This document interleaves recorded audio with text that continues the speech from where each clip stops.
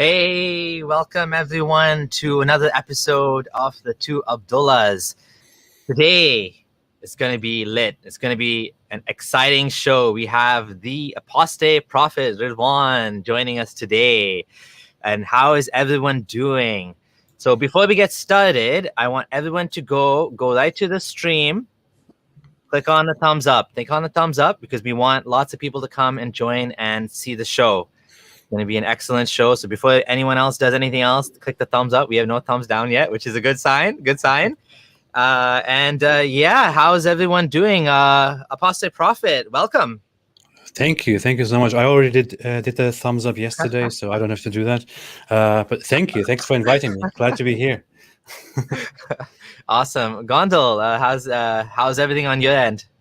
Hello, everybody. Nice to have you guys back again. It's a special episode with Apostate Prophet, and it's going to be fun. We're going to be going through some of the silly Islamic narrations in the Quran and Hadith. In fact, like we were going through them before we started, and we found out there's some new ones that even all of us haven't come across before. So going to make for some cool discussions, and we're going to talk about, I had some talking points like some silliness of the apologists, the moon splitting, why did Allah stop these miracle events, Then we'll talk about some authenticity of miracles, and then some contemporary drama going on YouTube between AP and some Muslim apologists. But let's get back to it. Oh, yeah. So before we jump into the slides, let's just go through let's talk about some of the drama that's been going on, some of the back and forth, AP. So what's going on with Sajid? You and Sajid had a little bit back and forth. Sajid Lipham. So if any people don't know, Sajid Lipham is a Salafi Muslim. I think he studied in Medina. Yeah. He's been one of the guys that's been, publicly attacking Yasir Qadhi as well. So this is like the neo-Salafi crowd, the crew that thinks they know better than their own scholars who have like more experience, more maturity, actually imams in the community. We're like talking to people like, Sajid was one of those guys right up there bashing YQ for making that zombies video. Oh, how dare he say there's zombies in the Quran, astaghfirullah. Whereas Yasir Qadhi is trying to do damage control, trying to keep people Muslim. He's trying his best. You got these young Salafi guys just like, shut up, you don't know anything, you're an idiot. But apparently he's been going back and forth with you now. So what's going on with that? Well, it's funny. What happened, how it started, is that there's this Muslim apologist preacher guy called Uthman ibn Farouk, and he put up this billboard which says Jesus will return, Jesus is a Muslim, are you, or something like that. And I found that very funny, and I thought, hey, I never actually talked about the whole absurdity of the idea that Jesus was a Muslim, which Muslims always claim, and I just made a short video. I didn't want to extensively talk about it. I just made a short video in which I said, the title was Jesus a Muslim? And in that video, I basically briefly explained, without even going into any sources or anything, just explained the logic of how absurd it is to claim that the Christian sources of Jesus are corrupt and false because Christians corrupted them, and you cannot trust the Christian narrative because Christians don't have any evidence for their interpretation of Jesus, but you are supposed to trust the Islamic sources, which have no evidence, which have nothing, which are only based on the Quran and Muhammad, which came 600 years later. And I basically explained that we have a historical Jesus that may or may not have existed, but which we have no reason to doubt. And if we go further into non-historical sources, then the next thing that we could trust would be the earliest writings about Jesus, which are the Christian sources, which are texts in the New Testament, the Gospels and epistles. So, and I said basically, this is the most reasonable thing to do. So why would you go to the Islamic sources? It's absurd. And what Sajid did as a response was then to make a video and to insult me and to basically say that the Gospels actually confirm the idea that Jesus was a Muslim, and that you cannot find the divinity and the Son of God idea in the Gospels. You only find that in later texts. So this to me is such a joke, because I know this is basically Ahmed Deedat. Ahmed Deedat popularized this idea, this false idea. And he is basically, if people don't know, if you're too young to know Ahmed Deedat, you're probably quite young.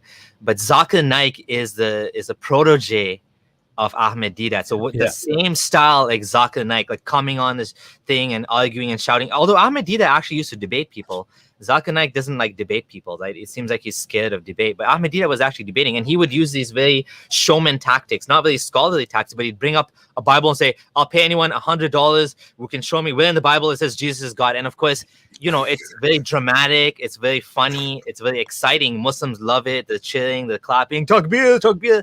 But like it's a joke. Like it's completely through from the beginning to the end of the gospel. And we don't even need to go to, from my perspective, whether Jesus existed, the mythicism.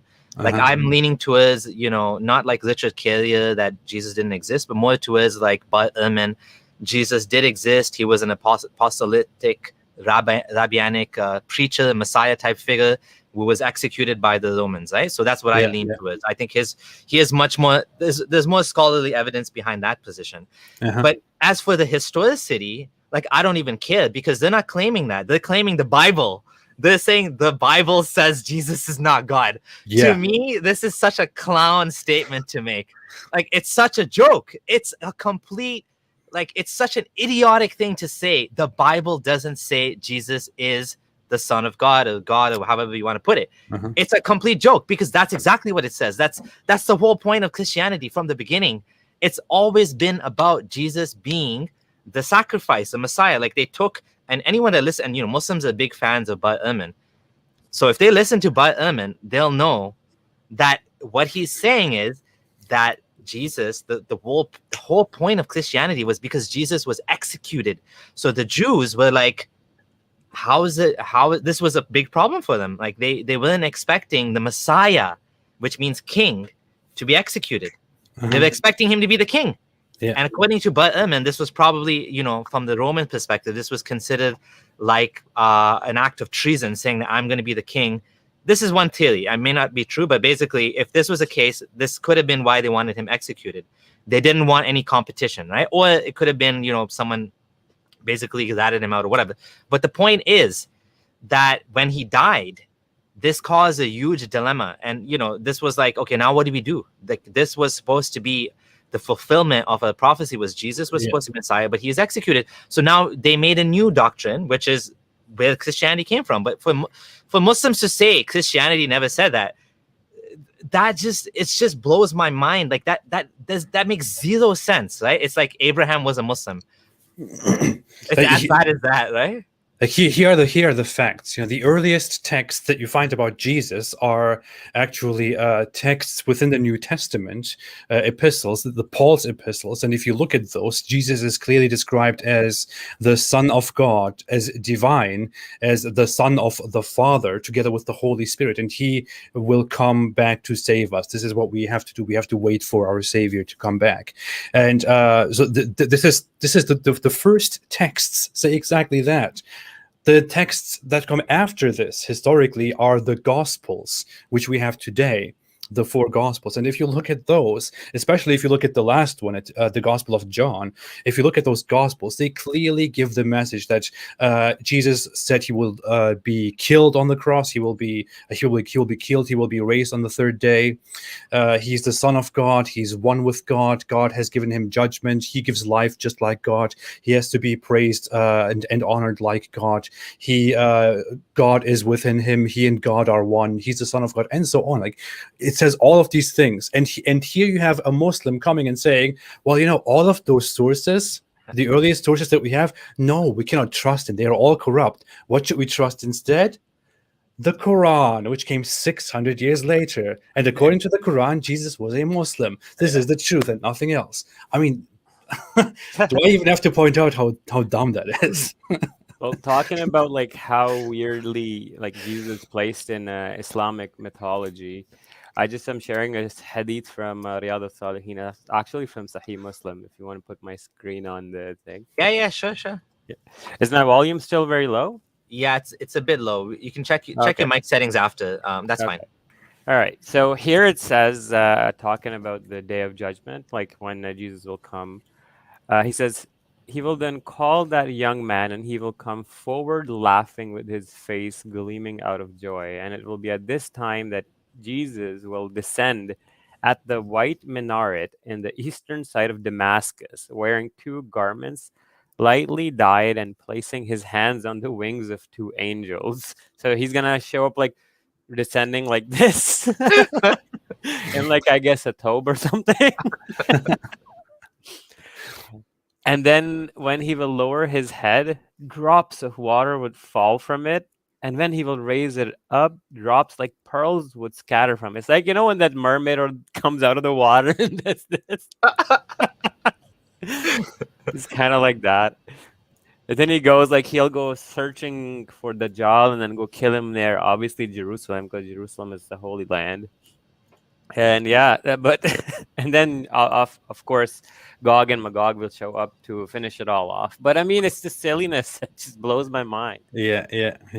Like, One funny thing was that I brought up how Muslims also believe, they do not only believe that Jesus was a Muslim, they also believe that Jesus will come back as a Muslim.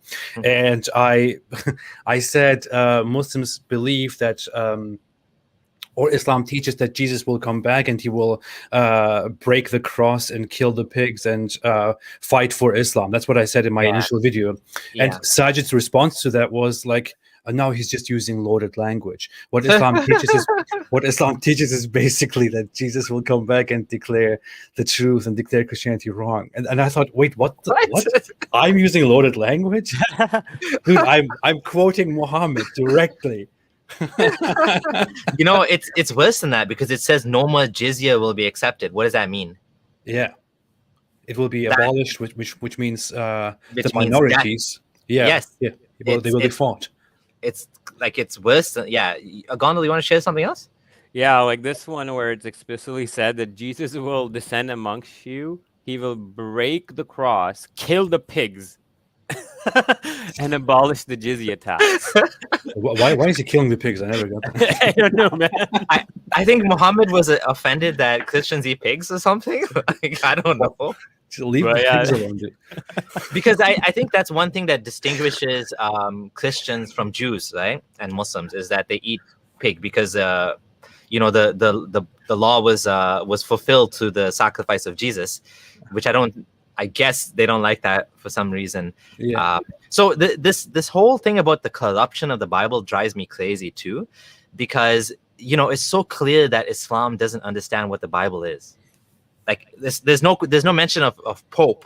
The Pope, the Catholic Church was the biggest sect of Christianity for thousands of years, I think even before Islam. Yet there's no mention of a Pope in the Quran. There's no even idea that there's such a thing, right? It seems that Muhammad had a very specific view of Christianity, probably Nestorian Christianity or something, some sort of heterodox, probably like almost like a heretical sect of Christianity that, it says in the Quran, don't say Mary Trinity. Yeah. Mary is not part of it. Like, where did that come from? Nobody says that. Yeah, like nobody says that, right? It is so ridiculous. Yeah, the Quran clearly says, it says that Allah will say to Jesus, did you say to the people, take me and my mother as deities besides Allah? And it's funny, nobody says it. No Christian says that. It's like, why does the Quran address it? There are no Christians who say something like that.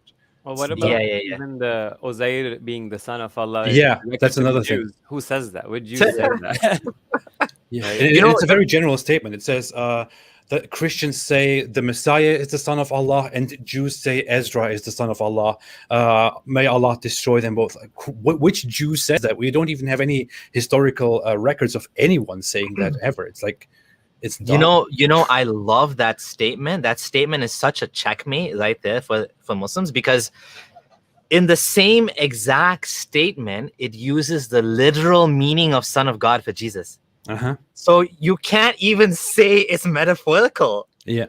It's saying, they say he's literally the Son of God, and Jews say, so unless you're going to say the first half of the sentence is literal, the second half of the sentence is metaphorical. It means like a father or something. Like, what? It's like it's so clear. It's talking about literal Son of God, right? There is even a hadith that's funny. There's even a series of hadith which mention that whole thing again, in which Muhammad describes that on the day of judgment, Allah will bring the Jews, or he will call the Christians, and it will say, "Did you say that the Messiah is also Allah, or is the Son of Allah, or something like that?" And they will be punished for their saying. And then he will call the Jews, and he will ask them, "Did you say Ezra is the son of Allah? Who told you this?" And he will basically then punish the Jews for saying that. That's what the hadith say, you know. Yeah, that's it seems like history wasn't a strong point for the author of the Quran. In fact, I just found this website. It's Dr. Jonathan Brown's website from 2016. Yeah, he did a response to this, right? Quran and the Jews, and he actually says that he's generally Jews just don't believe it. And he finds this one instance of it, and that too doesn't really make sense because the Quran is a timeless book for all Jews and all people, so it shouldn't be just limited to one Jewish sect and not mention their correct belief at all. You know, but yeah, it's a very interesting read if you want to go through it. Just sharing this. Yeah, I did on my blog. I have an article on this very topic. I looked into this in great detail because I do think that this is one of the biggest mistakes in the Quran. But going back to the Christianity thing, again, it's so obvious that, you know, it's obvious to me that Jesus is not God. Bible is not literally true. But it's also obvious to me that whoever wrote the Quran had no idea what the gospel was, right? There's this Injil. There's the Injil. There's no four gospels, but there's no such thing as Injil. There's no gospel. It's actually four gospels. And the very earliest gospel preached the divinity of Jesus. Like Jesus is God. So, you know, it's so wrong from beginning to end. And, you know, my eyes opened up to this after kind of around the time I was doubting Islam. I was looking for content. I started reading and, you know, looking at David Wood's content as well. And he actually made some really good points. For example, one of the points, I think it was from David Wood, is that Jesus doesn't fit into Islamic theology. He makes no sense. Not at all. You have all of these prophets, and for some reason, Allah decided, okay, Jesus has no dad. And then just continued the rest of them, everyone else is a dad. But like in Christianity, Adam and Eve didn't have parents either. Right? That's what the Quran says, right? That's what the Quran says. But there's a reason for Adam and Eve not having a dad because they're the first humans. What's the reason for Jesus? What's the reason for interrupting the human lineage for Jesus? Yeah. Whereas in Christianity, like the story fits in, like it makes sense. I don't believe it, but at least it's consistent. Like he has no dad. His dad is God. In Islam, he has no dad, and that's just it. He just has no dad. It's more than he has no dad. He had a virgin birth. He came. He apparently preached something. Nobody knows what he preached. He died. He was he was a complete failure. Nothing authentic is left from him. So why the hell did he come? Why the hell did Allah send him under these very dramatic circumstances? Actually, that's a good point. It makes no sense. Actually, not only that, the other thing that makes me laugh is the way he failed created the biggest false religion in the worship of on mankind, which is Allah's fault. Allah did that. Allah made it look like he was like, if this isn't such a joke by now, like how do people believe this? It's like, yeah, I'm gonna take this religious story that Christians believe and I'm gonna change it. I'm gonna say, yeah, I made him look like he was crucified. Why would you do that here? Huh? I'm just doing some math here because the hadith says there's been 124,000 prophets. How many years? Like, okay, let's do the past 10,000 years. We know, like after the agricultural revolution when human civilization really started, right? Do the math. 10,000 divided by 124,000. Man, these prophets have been coming like raindrops from the sky, and still Allah failed. None of them was successful. It's very funny when you think about it. We talked about this yesterday with David on our live stream. The Islamic teaching is that there were 124,000 prophets. They were sent to all mankind, and the Quran's message is clearly that Allah never punishes a nation unless He sends a prophet to them to warn them and to tell them, hey, stop disbelief and believe in Allah. So this is the point. It is about justice. Allah sends prophets that warn these people so that they have a chance to believe in the truth. And then Allah Allah who does the whole accounting and punishes them and rewards them.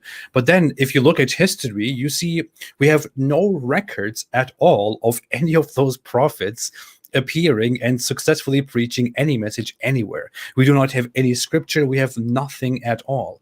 After Muhammad's time, we have 1,400 years with people all around the world, again, without any messenger, without any prophet who warns them about the truth. So what exactly is the point of that? It makes no sense. All of the prophets too are all in the Middle East too. That's the other thing. Yeah. Like we don't find this theology in China, in like anywhere outside of. I mean, obviously it reached there eventually, but like you said, it's all in one place, right? And someone's saying, I still don't get Jesus coming back to Earth. The reason for Jesus coming back is simply put, is because it says that in Christianity. Yeah. So Muhammad was taking as many things as what's the point of killing Jesus on the cross? There's no point, except that's part of Christianity. So he had to somehow include that into Islam, which again makes no sense. Yeah, somehow what did Jesus do? Jesus called the Jews to worship one God. He was like, "Hey guys, worship Allah, worship Allah." But that's what they did. They worship one God already. Yeah, right? That's a good point. It's redundant. I feel Allah is very redundant and inefficient. I just did some math. So if you divide 124,000 by, let's say, 10,000 years, you get the figure of 12.4. So there should be a prophet every 12.4 years for the past 10,000 years. This is the back of the envelope calculation, but holy. That's crazy. Oh, and none in the last 1,400 years. Yeah, because Muhammad's the last one, right? A prophet should be sent to every nation. Before Muhammad, prophets were sent to all different nations. Only Muhammad was supposedly, according to himself, only Muhammad was sent to the entire world. All the other prophets were sent to their own people. So there's local prophets, national and international prophets. Yeah. It should be international assembly of prophets or something. That's another interesting point. There's a contradiction between. There's two things here mentioned. One is that there's a prophet sent to every nation, or a messenger, or whatever. Then there's also another statement that if you didn't get the message, and a lot of Muslims make this into like a majority thing, that if you didn't get the message, then you're excused. Whereas, well, if Allah did his job properly, then why would there be like holes in the? It's like you're creating like a postal service, you're God, yet you fail to deliver your message to like a bunch of people. Like what you created this, you created a video game and it's full of bugs. Like half of the levels don't work. You can never reach some of the there's some diamonds you have to get to, but like you can never get to them, right? The developer made it impossible or something. He sent 124,000 patches to update the bug. Yeah, and then but yet you have Muslims, especially like Hamza Yusuf style Muslims, that say that the majority of non-Muslims are not kafirs. That's what they say. They say the majority of non-Muslims are not kafir. Why? What does kafir mean? Someone that denies the truth willingly and knowingly. So like we would be probably would be kafir because we know Islam. Yeah. But apparently, like your grandma, or some white lady that lives in New York, even though she knows about Islam, even though she's heard of Prophet and she doesn't like Islam, she would not be kafir supposedly. What the hell is the point? This is kind of unfair to us who did hear about Islam, right? So for example, if I'm living far away, and I never heard about Islam, I can party and do whatever I want in this life and still go to heaven in the afterlife. But if there's somebody who's heard of Islam, well, shit, now you have to accept it or you're screwed. Well, this thing comes up with Christianity too, because people say, then what's the point of giving the message? With Islam, though, there's a hadith that says you'll be tested on the Day of Judgment. Remember that one? So, like, Allah fixed his bugs in the afterlife. God, I'm still stuck on the whole thing. 124,000 patches. It's a good analogy. Well, the funny thing is, the Quran actually, the Quran completely messes up its whole message because it doesn't get this whole thing right. The whole, being just and holding people accountable for knowing and rejecting the Quran. The Quran makes different approaches, and it tells Muhammad that he has to warn everybody, and those who were warned have no choice but to obey. And then it says after Muhammad is unsuccessful, the Quran says, There is nothing you can do, O Prophet. If Allah wanted them to believe, they would believe. But what the hell does that mean, man? And what does that mean? What does believing mean? What does believing entail? Believing means, if I believe in Islam, that means I have been consciously, cognitively, knowingly convinced that Islam is true, which is why I decided, okay, hey, you know what? It makes sense. I believe in Islam. Okay, I am now a Muslim. Ashhadu an la ilaha illallah, and so on. So this is what I would do. If that means believing. Believing means being convinced that it is the truth.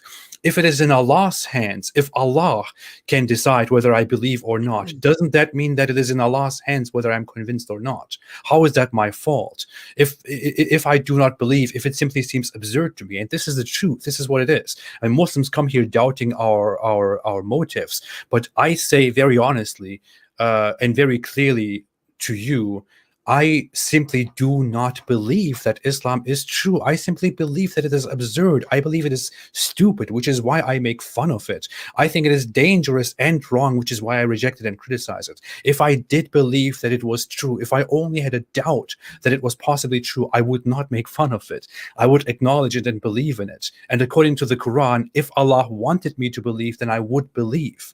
So how does that make sense? Yeah, and I mean, to be honest, Allah needs to be able to take a little bit of a joke. He is the creator of the fucking universe. So if you make fun of it, it's not the end of the world. He'll get over it. Yeah. I mean, if I can get over the people making fun of me on YouTube, and you can, I'm sure the creator of the fucking universe doesn't need to get butthurt over a few insignificant Homo sapiens, joking around at the end of the day, right? Like, I mean, yes, but exactly true. If you did believe, you don't just believe it's false, it's false. There's not even a doubt. Yeah. I mean, there's like, when people ask us, is there any chance of us going back to Islam? I mean, theoretically, but Zero. how? Like, it's too silly and too dumb. Like, it's straight up like not trying to be condescending, but it is borderline low IQ bullshit. That is what it is, man. I'll be straight up, like, you can't make this stuff up. Absolutely. I see no reason why I would ever convert or revert back to Islam. It's just so. I am completely convinced that it is complete bullshit. There is no.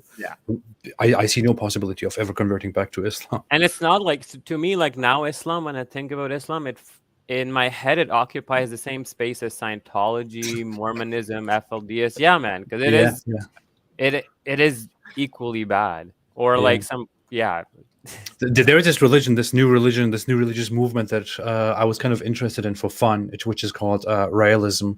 It's this guy who claims to have communicated with some divine beings, aliens, who actually came far in the past and who brought humans to the earth and brought them a message. And they were known as the Elohim, and they will come back to save us and to give us extremely advanced knowledge and technology once we humans achieve complete peace, and once we stop hating and fighting each other. That's his message. And his whole religion, his whole cult is basically just people fraternizing, coming together and having sex and being totally open and peaceful and stuff like that. And I look at that guy, and he has this strange haircut, like he's bald on top and has hair on the sides, and he says he communicates with aliens. And I feel like, dude, that's the same. That's just like Muhammad to me. Yeah. Do you want to? I want to respond to this comment, Abdul Gondal. I'll let you respond to this. Low IQ bullshit, but very intellectual people believe in that. Explain that to the Abdullahs. It's funny that he's using the word. He's Muslim, and he's using the word Abdullahs as a slur, which is a slur against Muslims. You don't do that. Like, are you encouraging us to call people? I don't even do that because I think it's disrespectful.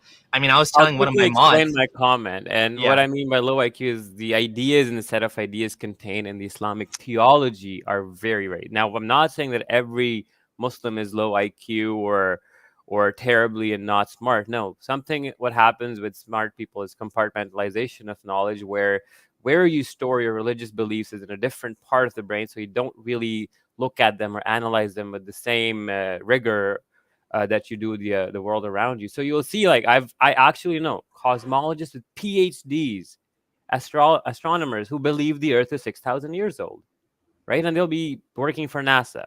You'll have Muslim doctors, Muslim neuroscientists who will try to explain to you that genies possessing you are real, right? So what Sam Harris said, religion can make sane people believe in things that only lunatics could believe on their own. And that's the point that I'm getting to. Yes, we're not saying Muslims are low IQ. We're saying that these things are, if you were presented these things, like Apostate Prophet just presented the most ridiculous religion. Abdullah Gondal's done this on his Facebook. He's taken an Islamic story of Muhammad speaking to the genie in the cave. Sorry, not the genie, the angel in the cave. And he changed the words to say Zenu, the great god Zenu, sent this message to this prophet. I forgot the prophet's name or whatever. and everyone's laughing at it until they get to the end. They're like, oh, I changed the word Zenu to Allah. And, and it's the same thing. It's the Islamic story of revelation or whatever. But like when you present it to it in a different context, you'll laugh at it. But when you present it to it as, under the guise of childhood indoctrination, it's very difficult to let go of that. Right. Okay, I'm going to share your screen, Gondal, and then we'll jump to the slides. But this is something that I wrote kind of like a mockery, but just switching the words around. And it's basically literally changing the words of the Quran verses. If you look at it, chapter 16, verses 101 to 109. And when you zoom in a bit? Yeah, for sure. Control plus on the keyboard. Yeah, there you go. Okay, thanks. So Zenu knows best, this where Allah is and all that. But when you read it this way, and you think about it, and then you realize, holy shit, this is actually really terrible, hateful, and the way it's written. Can you read it? So when we substitute a command in place of another, Zenu knows best what he reveals. They say, you are making it up, but most of them don't know. Hey, the holy robot has brought it down from your Lord. Truthfully, in order to stabilize those who believe and as guidance and good news for those who submit. We are all well aware that they say it is a human being who is teaching him, but the tongue of who they allude to is foreign. Well, this is in clear English tongue. Oh my God, that's funny. Those who do not believe in Zenu's revelations, Zenu will not guide them, and for them is a painful punishment. It is those who do not believe in Zenu's revelations who fabricate falsehood. These are the liars. Whoever renounces faith in Zenu after having believed, except for someone who is compelled while his heart rests securely in faith. But whoever willingly opens up his heart to disbelief, upon them falls the wrath of Zenu. And for them is a tremendous torment. That is because they have preferred the worldly life to the hereafter, and because Zenu does not guide the people who refuse. It is they who Zenu has sealed their brains and their ears and their eyes. It is they who are heedless. There's no doubt in the hereafter they will be the losers. At least you got the brain part right instead of the heart. It's because the Quran says heart and you say brain. That's actually accurate. But yeah. When you do it like this, you realize, oh boy, it's terrible. I'm crying, laughing here. You know what's funny? You should actually show this to a regular Muslim who doesn't really know much about the contents of the Quran and tell him and show him how absurd and how ridiculous this is. That'd be funny. I mean, that's the point. I mean, the funny thing is, just one last thing before we get to the slides. Like Surah Fa-Qaf, that whoever wrote it, I'm not going to mention, that was the point of it, is to make you realize like how stupid the Quran is. And of course, Farid was like criticizing Surah Fa-Qaf, saying, this doesn't make sense, crushing and then hanging. Dude, that's what the Quran does. It's saying we'll squeeze them and we'll choke them and we'll like burn them, and like it's so ridiculous. It's a joke, right? And so when you actually try, sometimes you try to help people to see how silly it is. they'll make fun, they'll attack Yeah, that. This is just dumb. quickly over that, like he was making fun of it that, oh, why does it talk about chickens and food and stuff, right? Well, why does the Quran talk about the teen and the fig, the olive and the branch, or start swearing by random cities just like this in the surah? Then there's another one where why does it repeat knock a knocking? The Quran is full of phrases: winnow a winnowing, blow a blowing, crack a cracking, shake a shaking. So these are actually, so the way it was set up was a parody. Quite like, I'll just read some words like from the Quran. You'll see dakkan dakka, kidu kaida, saffan saffa, right? Line upon line, destruction. So when you do this surah actually demonstrated the Quran as a parody very beautifully. But yeah, there's a few words on that. All right, so the last slide that we left off on had to do with evil eye, and we talked about like how ridiculous this is and how silly this is, and so we won't repeat that. We'll go to the next one. Like, do you want to talk about the backstory of this breastfeeding adults thing?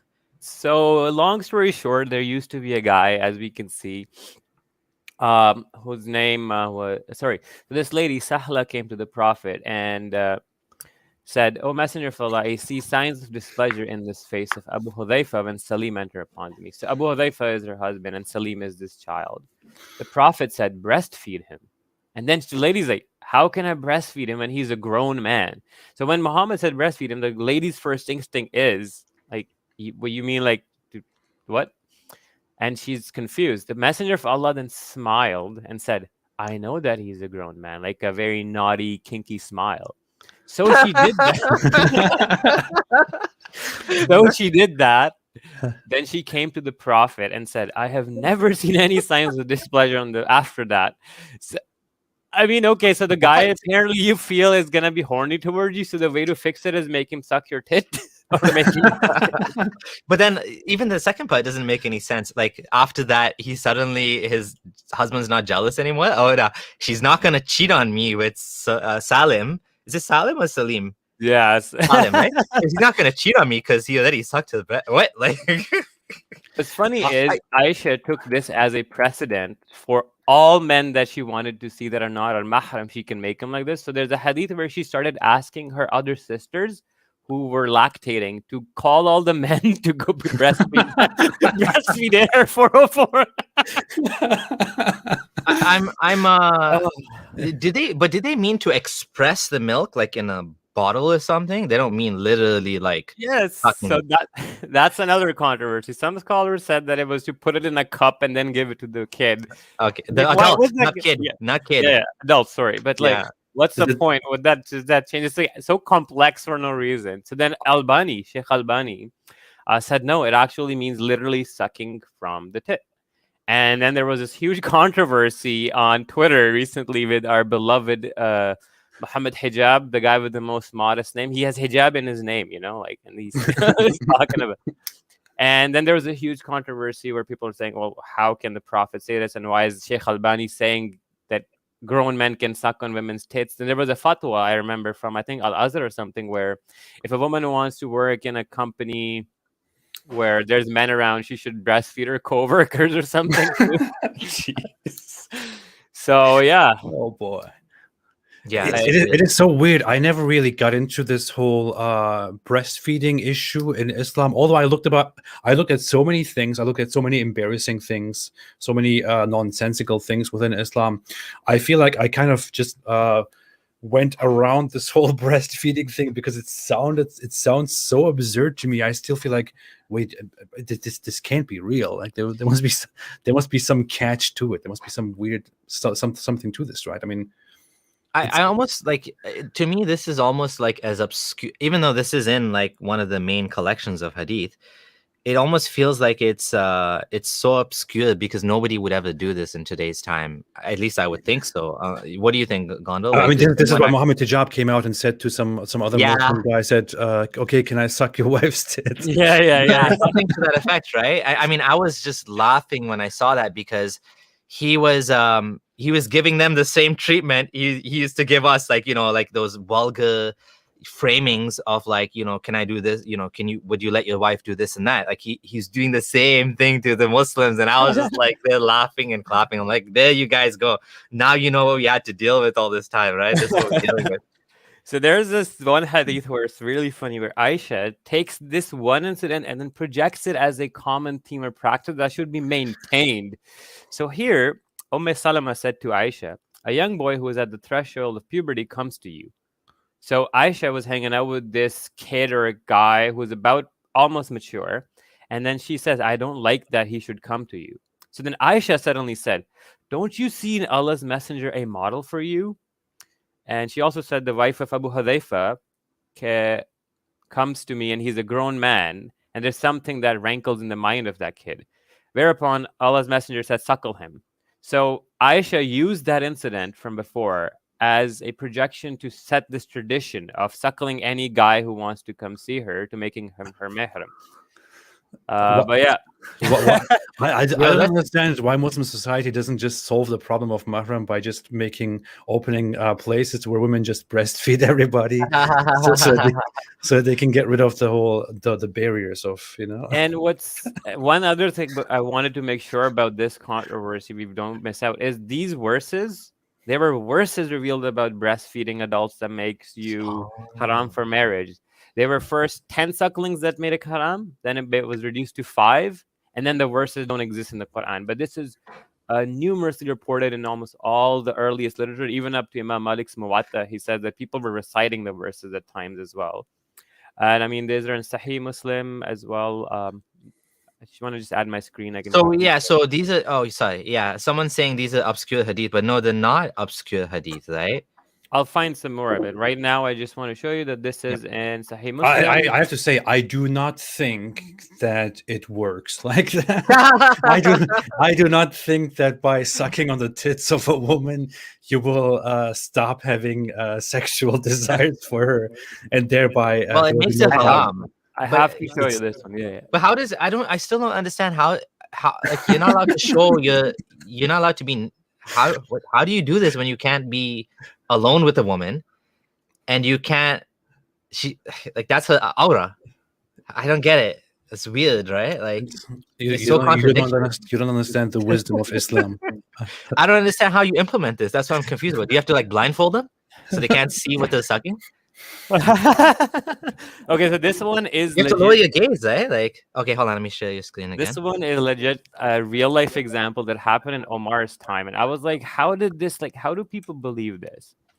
So this is from Imam Malik's Muwatta, one of the earliest hadith collections, one of the strongest ones and authentic ones per Muslim corpus. Here it says that Yahya related me from Malik. A man came to Abdullah ibn Omar, where judgments were being given, and he asked about the suckling of an older person. Abdullah ibn Omar replied, a man came to Omar ibn al-Khattab and said, I have a slave girl and I used to have intercourse with her. My wife went to her and suckled her. When I went to the girl, my wife told me to watch out because she had suckled her. So Omar told him to beat his wife and then go to his slave girl because kinship was only established by suckling of the young. Dude, what? He just contradicted the other hadith. I mean, just trying to make sense of this. It is such a mess, man. I don't know. It's like a TV series. You can make an anime out of it. You gotta be careful. I suckled that one. It's like... This is I mean, you highlighted this before, but I'm just gonna elaborate a little bit on this because it is actually quite comical. The wife of was it Ibn Omar was jealous. Was it Ibn Omar's wife? Sorry, I'm trying. No, it was a man. A man came to Omar. Okay, so basically, it was some random person that his wife was jealous that he was screwing his slave, and she didn't like it. So her fix was within the Islamic framework to make that make that slave her daughter by suckling her, right? And therefore now that slave is now like his daughter, but that means his basically his daughter is his slave. Like, it doesn't even make, none of this makes any None sense. of it makes. It's so contradictory from every angle. I give props to that lady's creativity to think this whole thing. Have you guys seen that? Like, someone posted on ex-Muslim Reddit the halal workaround to having a boyfriend, where you take the lady as your slave, and then you free her, and then she becomes like your wife or something. It's like this big workaround you can do to have like premarital sex in Islam without actually marrying the woman. Dude. Yeah. Because it would technically not work within the Islamic legal system, because you're not technically allowed to out of nowhere enslave a free person. Oh yeah, true. Yeah, you need a war. That's the problem, right? Yeah, you have to go to war and then enslave the enemy. Or you have to find a slave market. That's yeah, halal. and buy slaves that are already slaves. Yeah.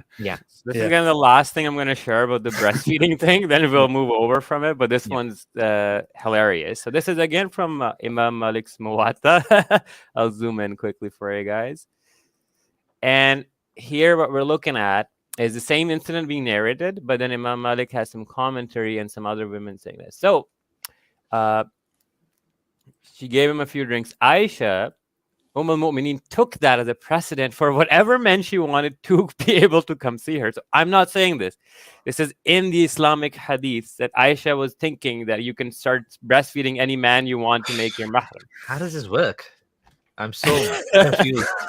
So she ordered her sister to make a spoon and the daughters of her brother to give milk to whichever man she wanted to be able to come in to see her. I love seeing the confusion in Abdullah Samir's face. He's like genuinely struggling to understand.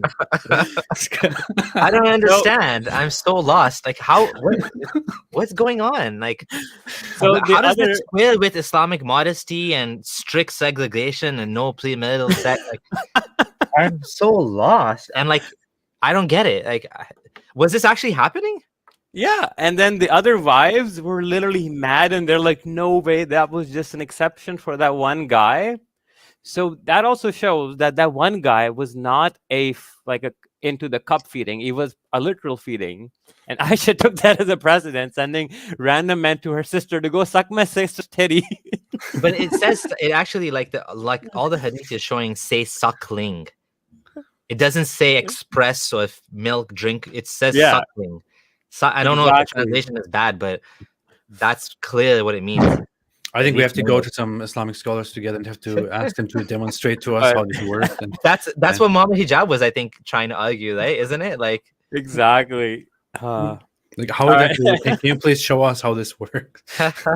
Well, he was saying he was so these. I think what happened was the Islamic scholar the Muslim scholar was defending it, and he was like, "Okay, well, prove your point." Like, you know. Yeah. Can I suck your wife's tits to make her my mahram? I think that's what he said to him. I don't know if he said "can I" or would you, something like, you know, you should let her do that or something, right? I'm pretty sure he said "can I." I think I have a screenshot here somewhere because I used it. Wait, so saying, "Hey, you want to suck my titties" is like a sunnah? Oh my God, I don't understand this. I'm just like, I'm so lost because as a Muslim, I never heard any of this. I mean, I read it, but I didn't ponder on it. Oh, here. Let me Let me bring this up here. Share my screen. Here. Oh my God. Oh my God. Okay, can I suck your wife's tit to make her mahram? I love how he capitalized it all. He took a page right out of Aisha's book. Okay, can I suck your wife's tit to make her mahram? So he's arguing against it, basically. Like, he thinks it's not allowed, right? Yeah, he says it's absurd. It should not be what these Islamic what scholars like Albani teach. It is. It is absurd to him, and he's challenging them to think about the logic of that. But of course, their reaction is like, "What the hell is going on with you?" So this Omar Chatlia, I think, because he's a scholar. I mean, Muhammad Hijab was forced to apologize to him, right? Something like that. Well, they basically blamed it on the men. They basically compelled him to apologize and to get off Twitter. He hasn't been on Twitter since after this incident. He apologized, left Twitter, and he didn't come back after that. And he also said that he said, "I apologize. I am currently taking some heavy medication because I have back pain or something like that. And this is and that medication makes me say very strange things in public and private." And he blamed it on the medicine, which is just so dumb. It's Yes, obviously his personality and style to be very I don't know what the word is, vulgar and in your face sort of tactics, eh? Right now that we're talking about Muhammad hijab, I have to show you another thing that I came across, and this ties into the golden shower thing. And I was shocked to find this myself. I'm like, holy shit, how does this even exist? I'm just trying to go on my Facebook. Perfect. And this is about, okay, I'm going to phrase it. Sahabas were vampires. They would drink blood. And they're not just vampires, they were urine drinking blood vampires. So I'm going to quickly share my screen from my Facebook. And I had this post a few days ago, and I was even shocked. Like, this is what blew my mind. Like, completely blew my mind. We've heard of those people drinking his spit and rubbing his spit infested stuff. So if you go to this link here, Islam Web, okay, Islamic website. Question: the authenticity of the hadith stating that people drank the urine and blood of the Prophet. What WTF is what you're gonna say, right? And it says it's one day Muhammad had cupping them to him, and this one guy came, and Muhammad said, "Go throw out the blood," but the guy took the blood and drank it. And then Muhammad learned about this. You want to explain what cupping is? Cupping is, you put these cups on your skin and you make a puncture mark, so it kind of sucks some blood out. Hijama, so it's very popular Middle Eastern, and some athletes do it too. But the evidence for that to help is not that conclusive scientifically, but it's an old kind of like treatment that's been used for thousands of years. Kind of like a homeopathic treatment. Clean the blood kind of thing. So in another narration, the Prophet supplicated to Allah for him not to be touched by the hellfire, and wiped his head. So this guy who drank Muhammad's blood, Muhammad validates the act by praying for him and telling he won't go to hell. And then it's reported by Daraqutni, Al-Hakim, and all these names. And Al-Haythami, rahimahumullah, says, consider the chain of narrators of this hadith to be a sahih one, and the other has graded as Hasan, so it's sound. So it's a sound narration. Moving on to the next one. Another one that the Prophet ﷺ he was urinating in a container that would be under his bed. This is a very common practice in the Middle and the Dark Ages as well, back in time. He didn't want to get up at night again and again. When he asked his Abyssinian woman or slave servant, where is it? Because he found the container empty.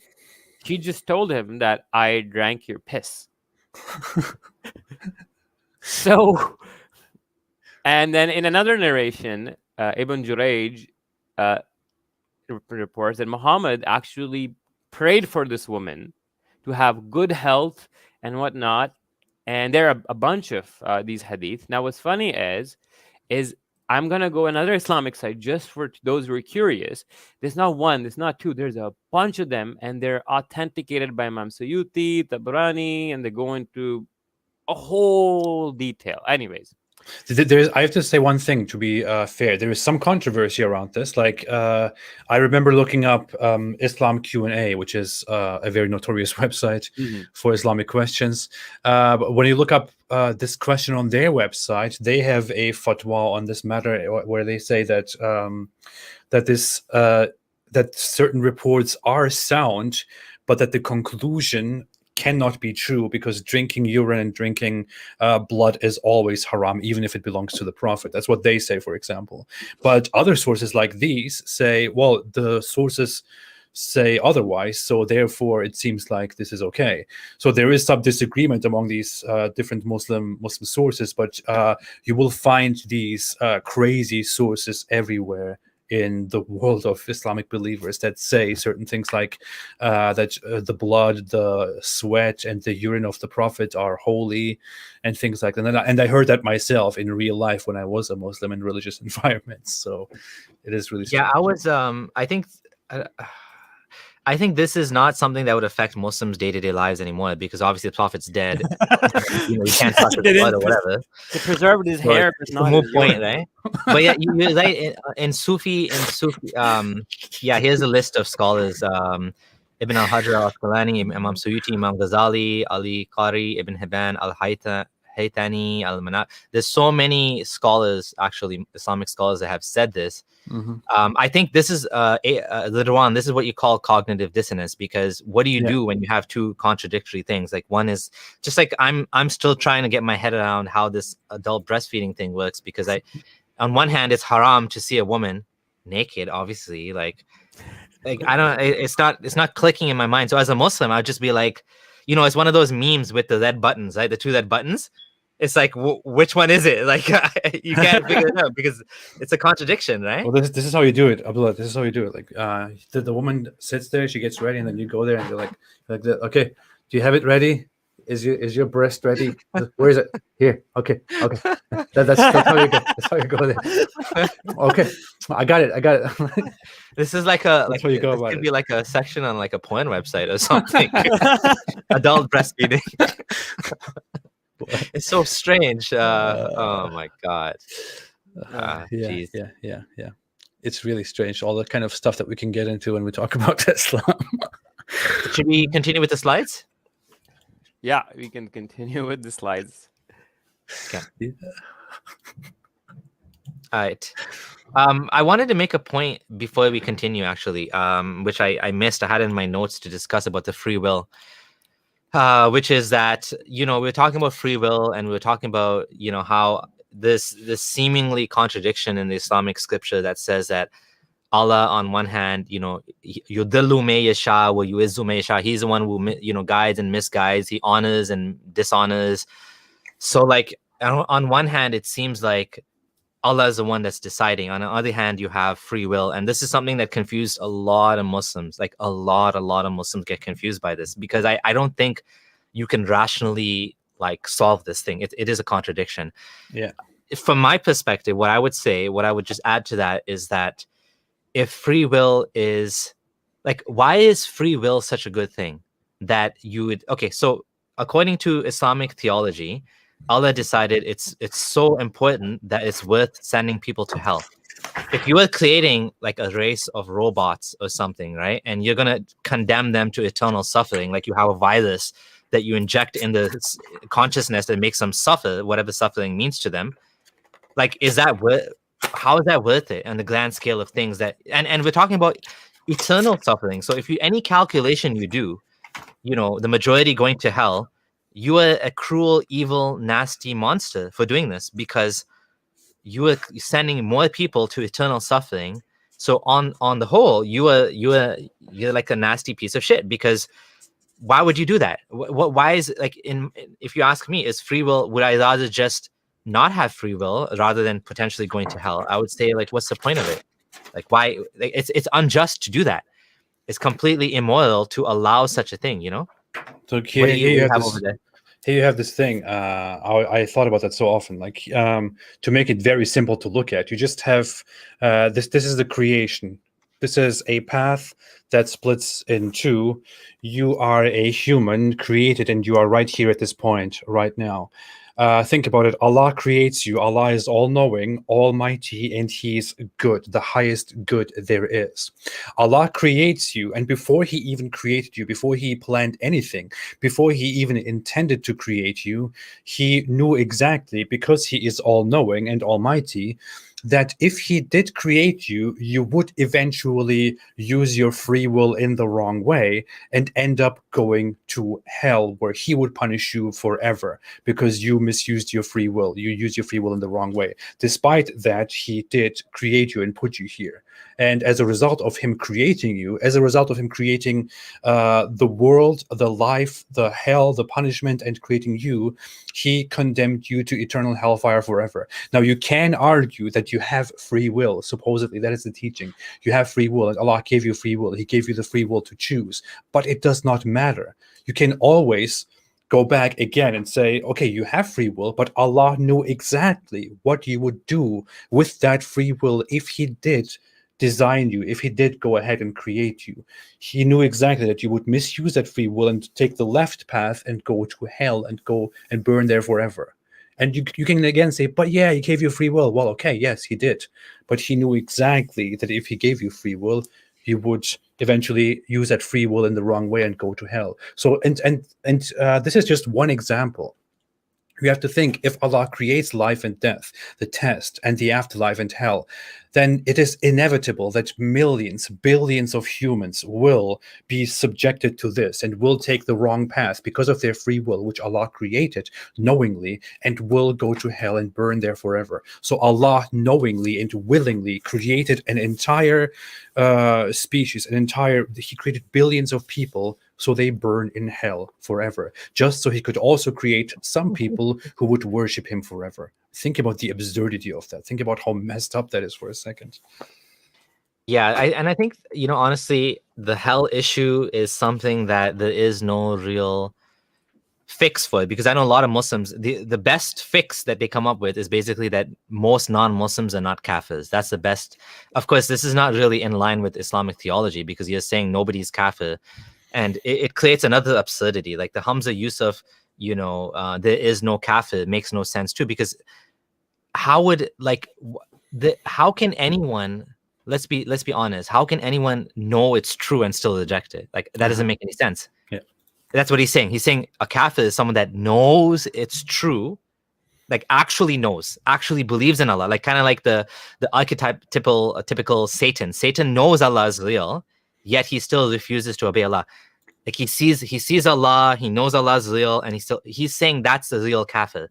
I'm sorry, such a person does not exist unless he's. How can such a person exist? If you know hell is real, and you still reject it, you're just crazy. Yeah, you're broken. You're not. Your intellect is not functioning, because we've evolved. I mean, there's no such thing as evolved in Islam, but we have pain avoidance, we have survival tendencies for a reason. So that's what Islam tries to use against us. It tries to use a fear of suffering to make us submit to this false idea, right? Yeah. Even if I was completely selfish, even if I completely just looked out for my own good, it would be the dumbest idea ever to know that hell exists, that I will go to hell, and then to choose to disbelieve and go to hell. I mean, even if I was a selfish pig, it would be the dumbest thing to do, to go to hell. But why would I do that? You are a selfish pig talking about Islam all day. How dare you? But the thing is, yeah, like honestly speaking, it was the same sort of concern I had when I left Islam. Like, okay, I'm just gonna keep it to myself, because I don't want I'm gonna take a risk for myself, but I'm not gonna misguide my kids. I don't want my kids to go to hell. Like, you worry about your own kids more than you worry about yourself if you're like a normal parent. Mm-hmm. That's just, again, how we evolved. You want your put it bluntly, you want your genes to be passed on, because if you didn't, you wouldn't exist, because your parents wouldn't have given a shit about you either. We all give shits, because that's how that's how the species continues. So I don't want my kids to suffer. I don't want my wife to suffer. So I wanted to look into it. But now, like, yeah, it's so obviously false, right? Abdullah, you wanted to share, Gondal, you wanted to share something? Yeah, so I came across, when talking about the contradictory, weird, immodest, modest thing with the Islamic theology. So there was this idea that you've probably heard, that slave women used to be bare-breasted to differentiate them from free women, right? Now, mostly you'll come across that, okay, we don't know. But I actually came across this statement on this Islam website. And this guy actually asked the same question, where this guy, he said, Imam Malik bin Anas strongly disapproved the behavior of slave women. And he actually said this to the Sultan. He escalated that they should have their titties exposed to the Sultan, right? So then this guy goes on like, no. But then they ask that this does not contradict the fact that during the lifetime, the generation followed the Tabis. So maybe the Tabis, those pious generations, were having these women walking around naked. Then he says, if you mean the authenticity of attributing it to Imam Malik, then it is authentically attributed to him. And then he goes on, who listened and who passed it on. Point being is that if an Imam Malik-like scholar of that caliber can be asking stuff like this to be done, shows how lopsided and how stupidly confused the theology is, where you're covering the women and you want to put them in hijab, but then you have breast adult feeding, and then you have slaves walking around bare chested and whatnot. None of it makes sense. Yeah, it's a nice image, but it's not good. Yeah. Yeah, so this is something that I remember shocked me as a Muslim, Yeah. that I had Hizb ut-Tahrir. So this is a funny thing about Hizb ut-Tahrir. Because of this, Hizb ut-Tahrir considers pornography halal. I mean, because of this and other Really? Are you reasons. kidding me? Yeah. Hizb ut-Tahrir, in the official fatwa, unless you changed it now, but when I was in Islam, Muslim, they consider it's an image. And when I was arguing with one Muslim guy about this, he's like, don't you know the slave women used to go around bare chested in Medina? I'm like, wait, what? Again, it was like one of those moments that I'm like, how? What? Like, that doesn't make sense. Right? Like, and apparently, like, this is true. The slave women. Now, this fatwa is arguing this is not the case. But Imam Malik says it was the case. What does Imam Malik know? Who is he? Who is this Imam Malik? Who is this? Yeah. I never heard of no Imam Malik. What I find very interesting is one of those things that when you go into the topic of the hijab, I made a video about this, about the origin of the hijab, and if you read the tafsirs, the early tafsirs about how the hijab came into existence, and how basically Umar was disturbed by the wives of the Prophet just going to the toilet without covering themselves, without hiding themselves, and he was disturbed, and he kept bugging Muhammad about this. Was like, hey, tell the women to cover up and all that. And it's a completely absurd story where Muhammad is like, yeah, just come on, leave me alone, man, leave me alone. And in the end, he's like, okay, Allah revealed that the women should cover up. And but in the tafsir, in Ibn Kathir's tafsir, when he describes this stuff, he says, if I'm not mistaken, he says that that the women were the Muslim women were to cover up so that they can be distinguished from the disbelievers and the prostitutes, or something like that. That's what he says. Mm-hmm. The Quran says that, actually, literally that, where say keep your wives home so they don't get molested. Yeah, it's very strange. Oh, and when he married, what was that? The daughter of the chief of Khaybar, I think Safiya, right? He exchanged her for 7 slaves, and then the people were confused if she's gonna be his slave or wife. So they're waiting if he's gonna put the veil on her or not. So if the veil was not on, she wouldn't have been his wife, apparently. Yeah. So this is true too. That there's like what AP was saying, that there's some classism in the hijab. Like it was considered like, the slaves went around, probably according to Imam Malik and others, bare chested. That was a sign of, it contradicts with the idea that, I don't know. To me, as a Muslim, I was like, it seemed very unjust. It seemed very degrading. I mean, it is degrading to a woman to have to go through that. Which woman wants to go around bare chested in a society where you're not bare chested? I'm not talking about in Africa where everybody does that. I mean, okay, like some tribes in Africa, that's the norm. We're talking about to humiliate you, you're gonna make them walk around with the chest showing. I mean, that's not right, Yeah. It's nasty. Okay, so should we go back to the slides? Yeah. I'm just going to read the super chats quickly. There's a couple of quick super chats. According to the New Testament studies, this is from Stop Scamming Man. Has 7 books pushed. They didn't believe. Oh, yeah. This is awesome. But Ehrman is honestly, when I started studying But Ehrman, like his content and reading his books, it made Islam. I don't understand how Muslims can be fans of But Ehrman, because it makes Islam look worse. Like when you study what he says, because like the early Christians, the Jews didn't believe in hell. They didn't believe in the Jews allow alcohol, like kosher alcohol. Like none of this seems to be the same religion. Like it's supposed to be, according to Islam, it's all the same religion. But like you see these ideas gradually evolve, right? And I know many Christians would disagree with this idea of low Christology versus high Christology, and how, in Mark, there's what he calls low Christology, which is that Jesus became God at, when he died, basically, right? He was raised to heaven when he died. But then by John, he's God in the beginning. He's with God, right? So you can see this evolution of, higher and higher Christology. Now, of course, Christians have the responses to that where they say, no, it's always the same Christology. All the Gospels say the same thing. But he's looking at it from a different perspective, from his perspective. And, I agree. You see that when the virgin birth comes, I forget whether it was Luke or Matthew, it's in the middle. That's when Muhammad took it from. He took basically not the earliest ideas, but something that evolved in Christianity, whatever I guess he heard, and he made that part of Islam. So, I do think this is, but Ehrman is a gem, studying him, it just gives a lot more perspective on Islam, in my opinion. It shows, unfortunately, he doesn't make comments on Islam itself. I would love it for him to say that Islam has problems in its preservation, and like the way he does with the Bible. I think he doesn't want to get canceled. Maybe, I don't know. He has at some points actually now been a little bit more upfront and said things against the Quran's preservation being true, but on his blog, and it's closed to members only, and it's not like he's going on YouTube and saying it. But anyways, that's not a specialty. I actually had some communication with Bart Ehrman. I actually texted with him a while back and was thinking about inviting him onto my channel. Maybe even having an in-person discussion interview. I was just thinking I couldn't really decide what exactly I should do with him, what exactly I should talk about with him. And I was thinking maybe I could devise something that would connect the goal of my channel, which is the whole Islam analysis, with his work and his criticism of Christianity. And if I can come up with something, I would like to invite him, because he told me he would appear on the channel.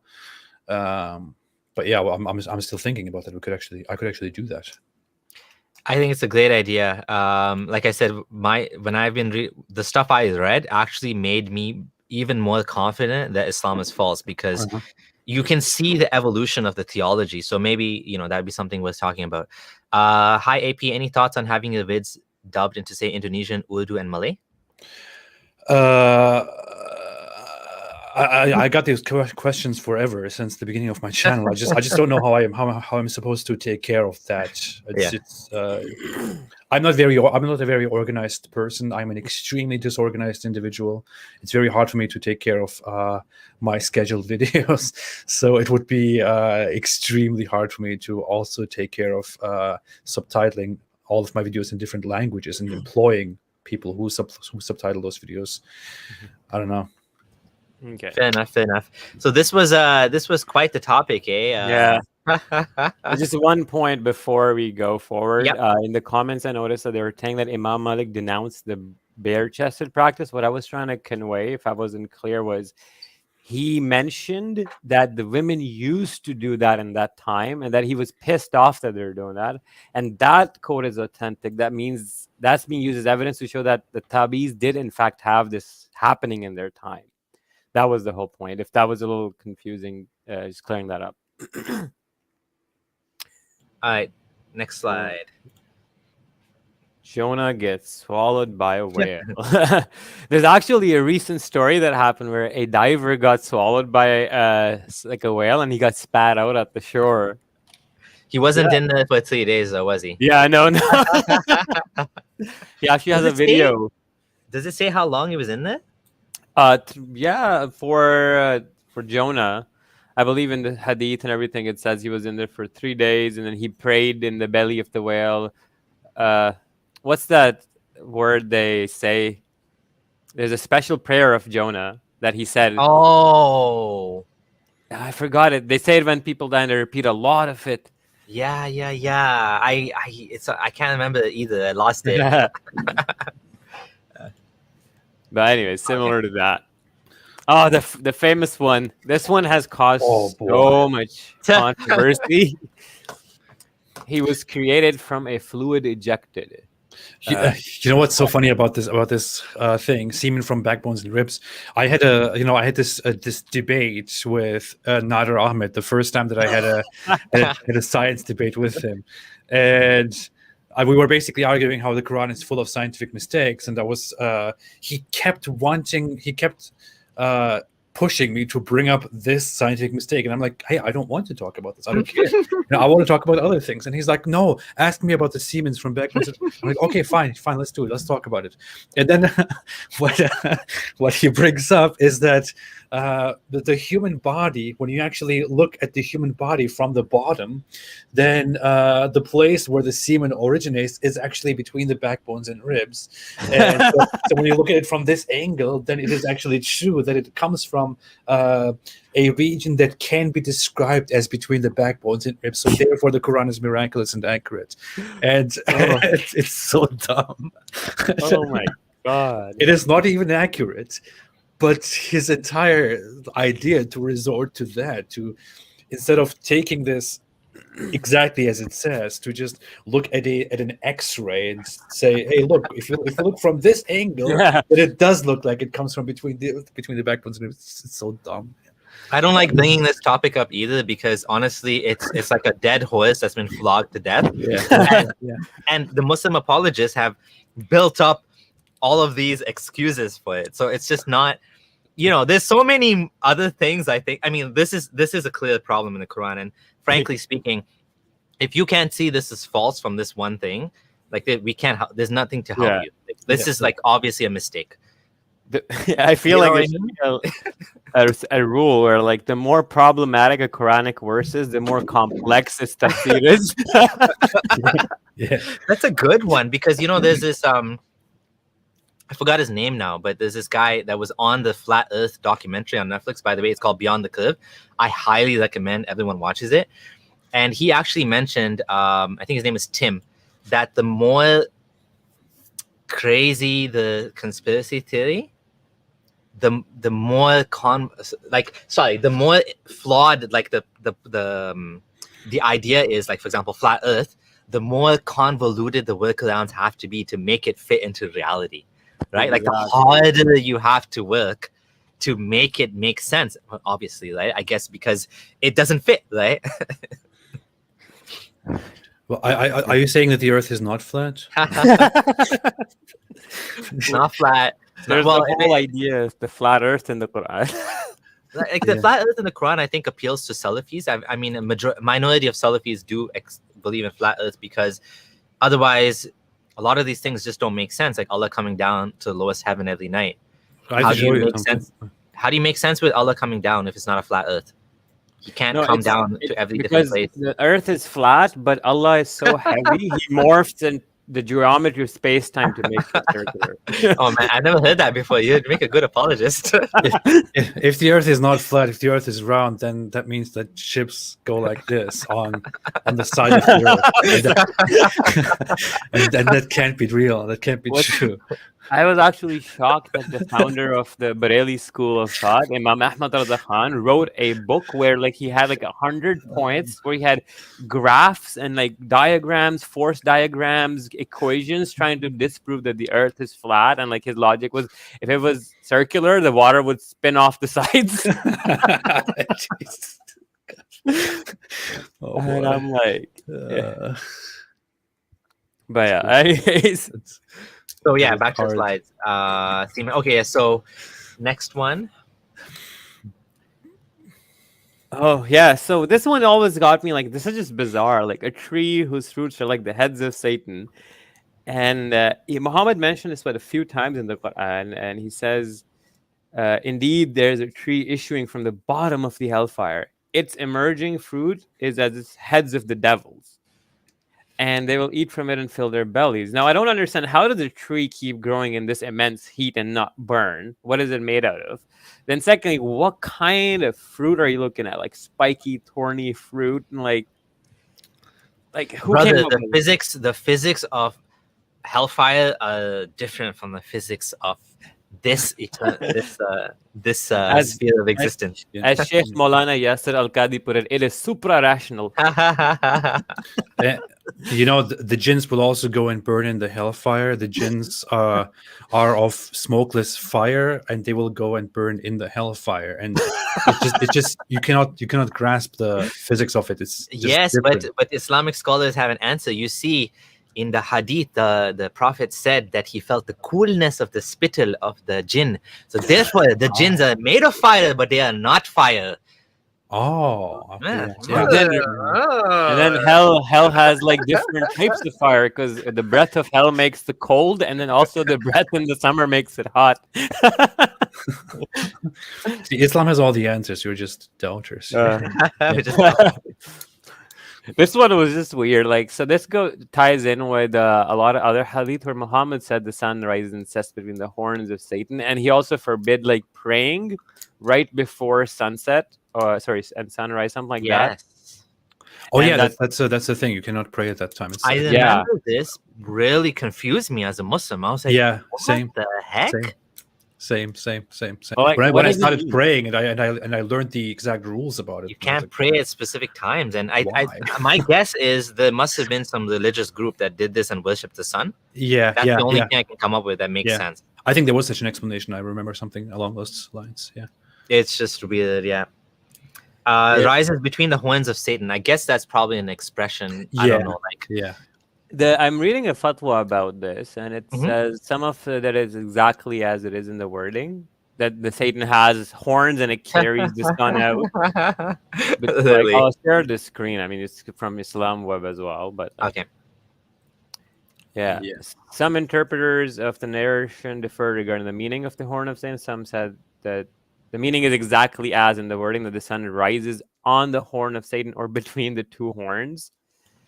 This cannot be questioned. It's a matter of the unseen. Yeah.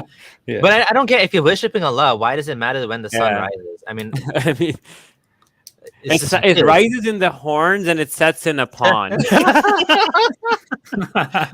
Yo, this guy was a wackadoodle dude. It's so weird, right? You know how Islam has all these things, these extremely strict rules about the symbolism of things, how you're not supposed to bow down in front of certain things.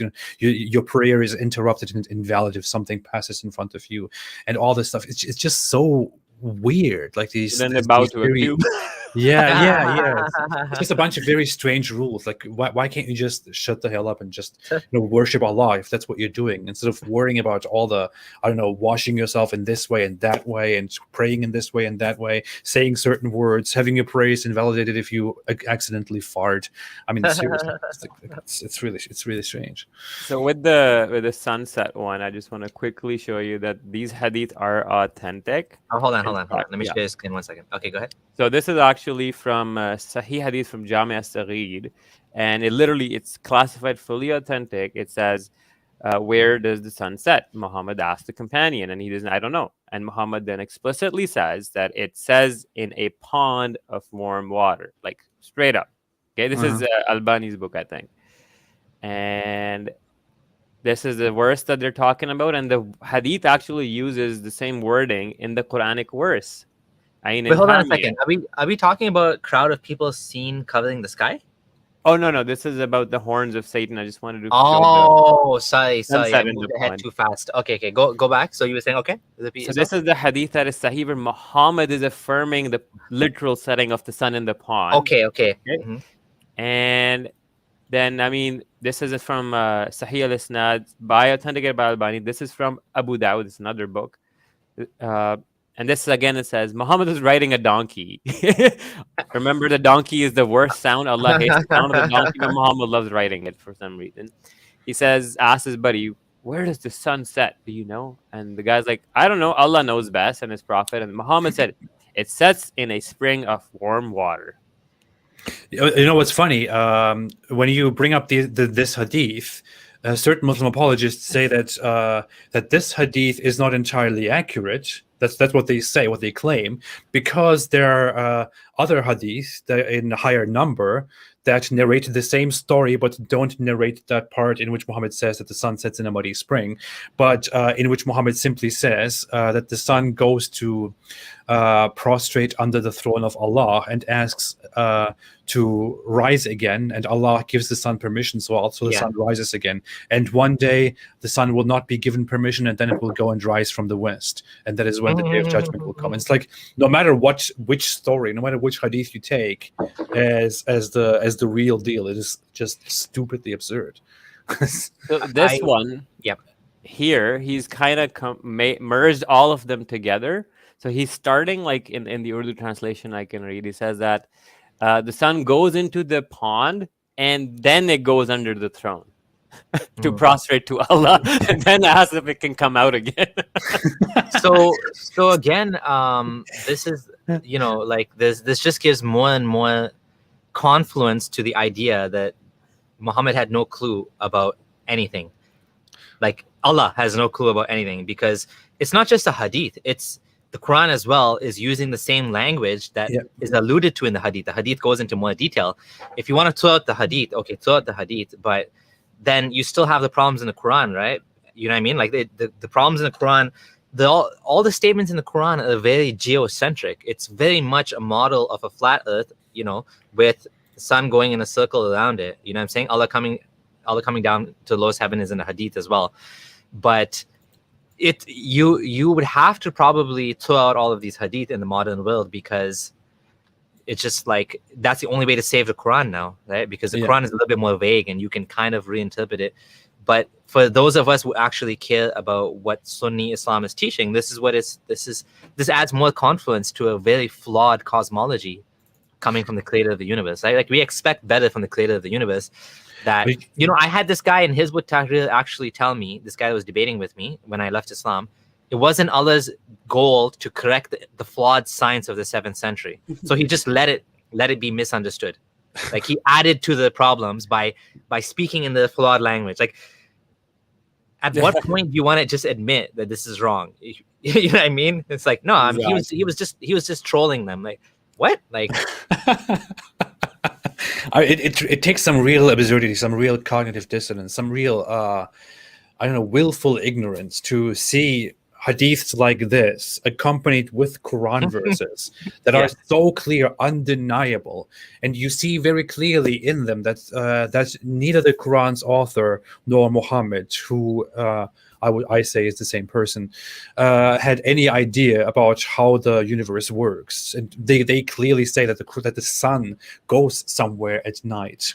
If you look at those hadiths, I mean, it should be a rule that if Muhammad asks a question, hey, do you know how this and this works? And then the other person says, Allah and His Messenger know best, then you are to expect something very dumb after that, because then Muhammad starts making up some very stupid stuff. It's so funny. He exposed himself by doing this. Yeah. It's like he wants to be smart. Hey guys, you want to know what happens when this and this? It's like nobody asked you. Know best.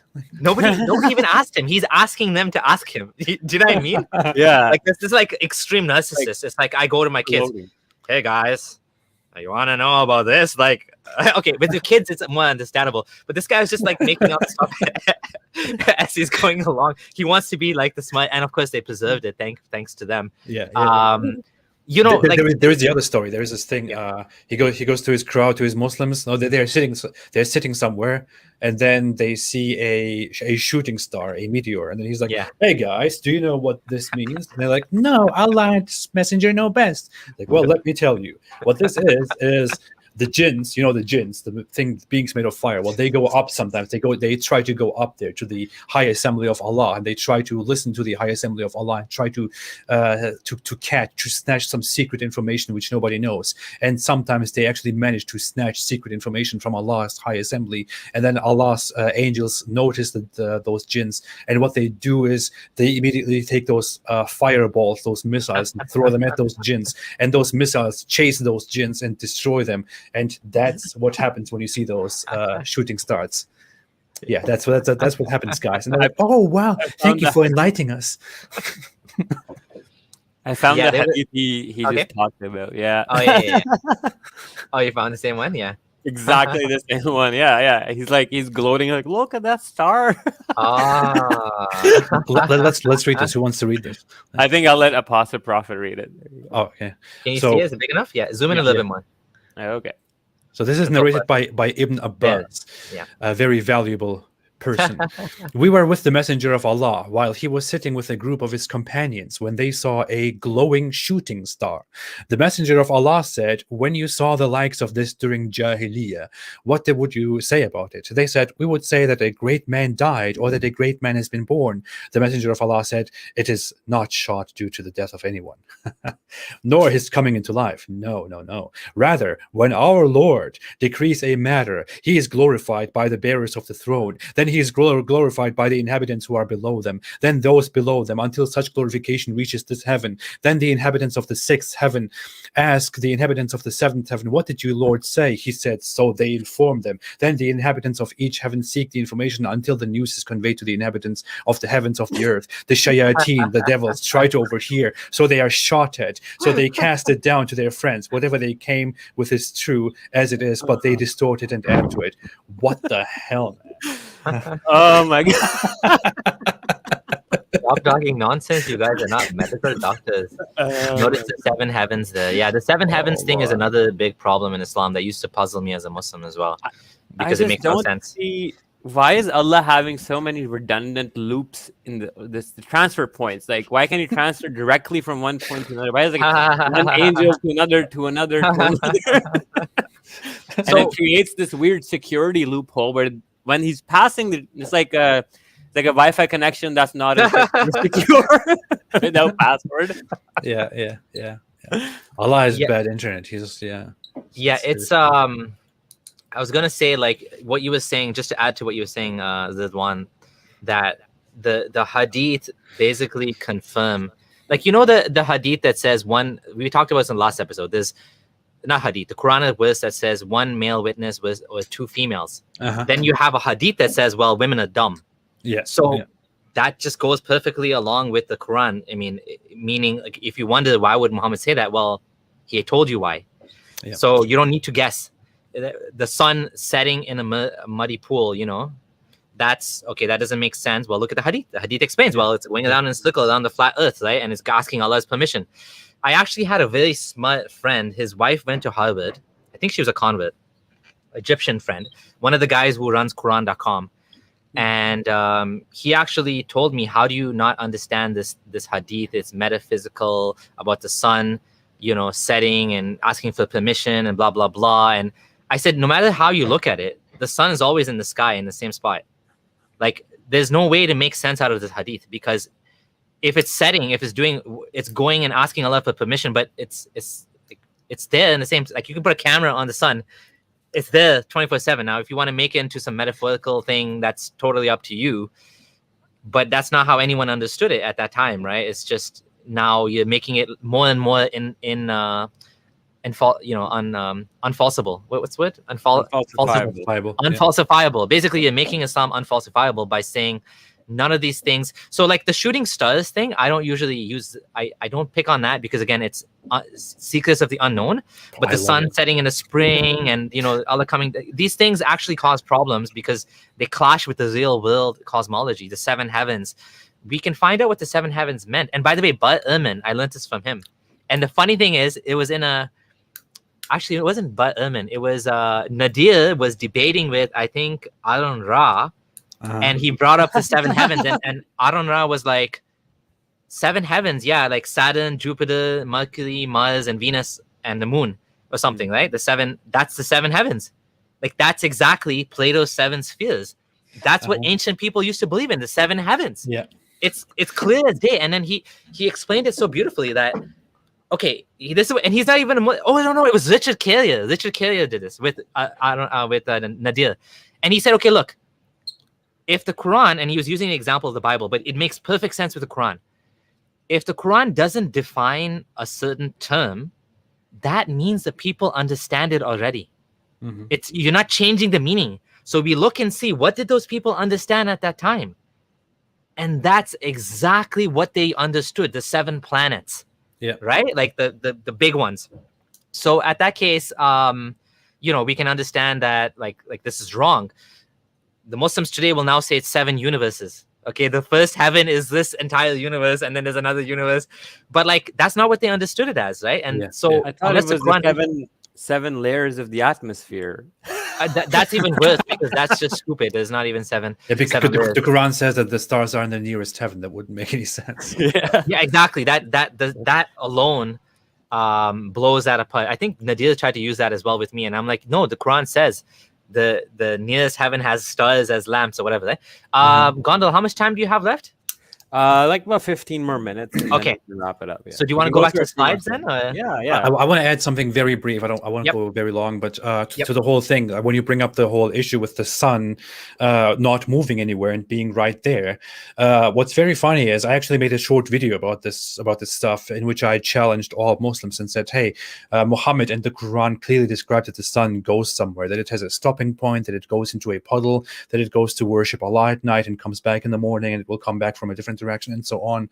How can you possibly believe this when the sun does not go anywhere? We revolve around the sun and all that, and the sun is there at that same point. And you know what the response was?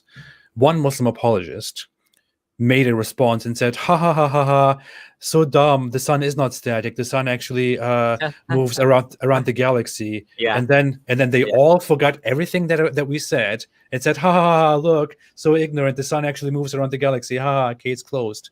And this is how it works. That response is comical to me because they're talking about a 300 million year orbit around the Milky Way galaxy, around the super black hole that we have. How is that related? How is that relevant to humanity? Yeah. I mean, it's a joke, right? To actually say that's what the Quran's talking about. Yeah. Clearly, everybody thought the Quran's talking about the sun and the moon. Yeah. The orbit of the sun and the moon, right? Like everybody, it's so obvious, right? And obviously that's what Muhammad thought. Now, of course, you can try to retwist it or whatever, but reinterpret it in a different way. But it's not it's not a plausible interpretation because it's just like completely out of place to anything, right? Yeah. And then it always talks about sun and moon. Yeah, like there's no way sun and moon chase each other. They cannot catch up to each other. They follow each other. That's what the Quran repeatedly says. Yep. Okay, so this was weird. I didn't really get this, right? So what's going on here, Gondal? All right, let me just pull that up on my side. So I feel like what's going on here is that Muhammad was just standing there, and he then told people that one day I was just chilling, and I looked up, and there were some nations were displayed before me in the sky. A prophet would pass in front of me with one man, and another with two men, and then another with a group of people, and then another with nobody with him.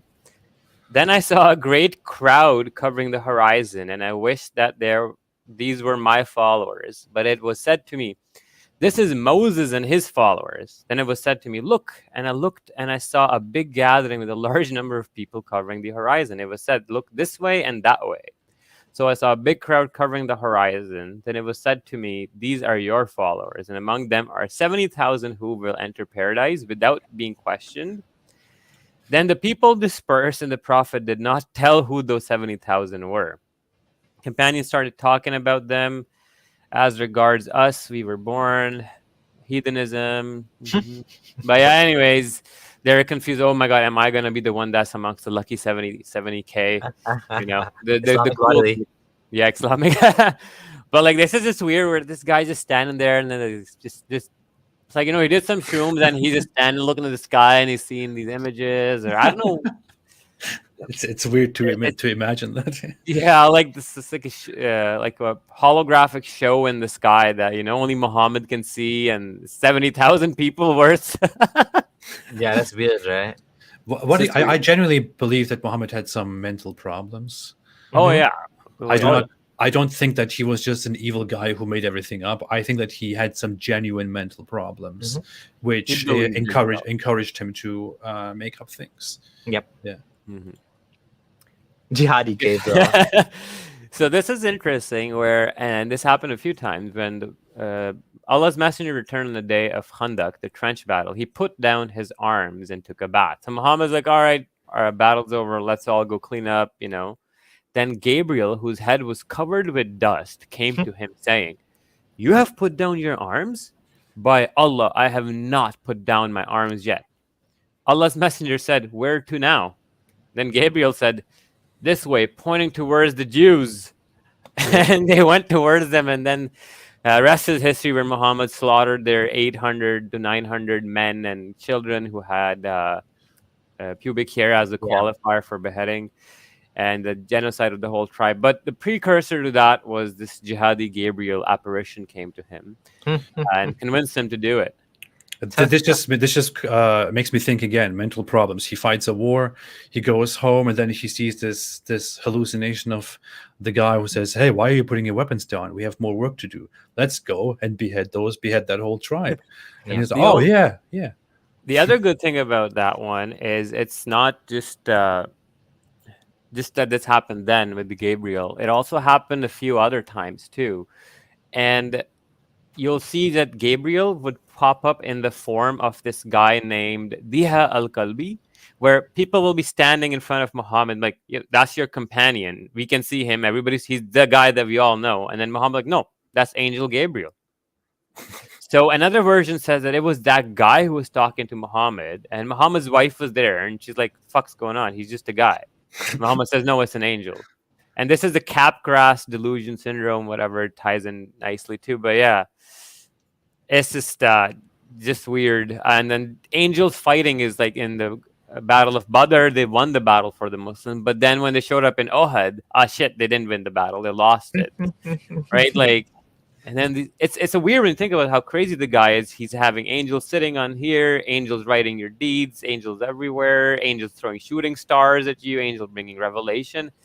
It's angel choking him. Angel choking him. Yeah. He's wrestling an angel in the mosque. Oh yeah. The genie. Oh yeah. No, that was the jinn. He's wrestling with the devil. That was a jinn. Yeah, I think that's the next slide. Yeah. Oh, is it? I think so. Oh yeah. That's right, yeah. God. Oh boy. I just want to hold on. I just want to point one thing out. Where is he? Okay. You guys talking about hadith? There's something wrong. We'll write hadith. If you guys have guts, then talk about Quran. We are talking about Quran too. Like, I mean, there's more content in the hadith, but like actually a lot of these things refer to Quranic teachings. Like, for example, Satan, the idea of devils and all of that, the specifics. And this is actually quoting the Quran, this hadith. This hadith quotes the Quran, right? You know what's funny? The hadith are more authentic than the Quran. There is no reason for you to believe in the authenticity of the Quran if you do not trust the hadith.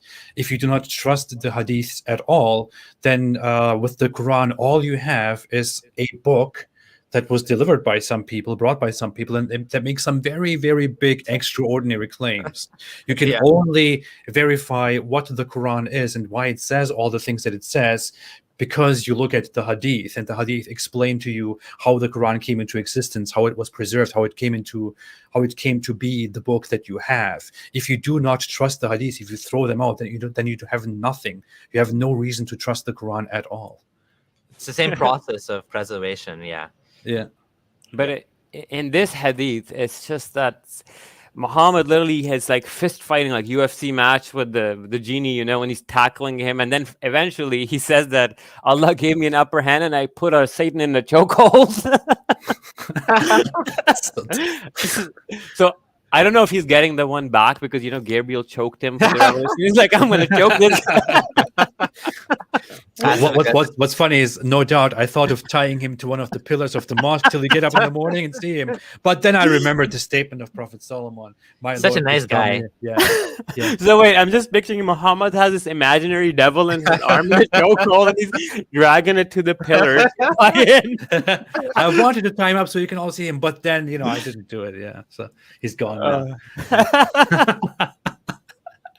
Okay, this one's good. Okay. Oh my god! Oh, I'll let AP read this one. Really? Will you do me the honor? I'll do it. You want me to do it? Okay, yeah, Samir, do it. What? Okay. Who? Samir? Okay, you do it. Yeah. Okay, I'm just gonna ignore the first part about putting on a cloak, blah blah blah. Okay, I don't know why they mentioned that about the cloak, which was perfumed, and there was a trace of yellowness on it. Why did anyone even bother to? It's a skid mark, bro. So there was okay, whatever. I don't care about your cloak, man. It has yellowness on it, whatever. He said to the prophet, holy prophet, what do you command me to do during my umrah? it was at this juncture that the revelation came to the messenger of Allah, and he was covered with a cloth, I guess the one with yellowness on it. And Allah said, would that I see revelation coming to the messenger of Allah. Hazrat Omar said, would it please you to see the messenger of Allah receiving the revelations? Omar lifted, so he was under the cloth. They lifted the cloth. Hey guys, you want to see this? Big show, come and see the prophet getting revelation extra. Okay. Oh look, there he is, eh? And Omar lifted the corner of the cloth, and I looked at him, and he was emitting a sound of snorting. The narrator said, I thought it was the sound of a camel. When he was relieved of this, when he stopped snorting, he said, where is he who asked about Umrah? So the prophet's done snorting like a camel, under his cloth. The person came, the prophet said, wash out the trace of yellowness. Oh yeah, wash off the perfume or whatever, and then do your Umrah. I think this is a case of where a guy just kind of like had a moist fart and he had So there's an interesting story to this. Abdullah Gondal and I were in a Facebook group called Speaker's Corner. It's called Speaker's Corner, and Gondal shared this hadith, and they kicked us out of the group because he shared a hadith about Muhammad snorting like a camel. Okay, like we didn't make up the hadith. It's embarrassing. Okay, Muslims might be embarrassed by that, but that's what he was doing. It was like, spit was coming out of his mouth and snorting like a camel. Like, yeah.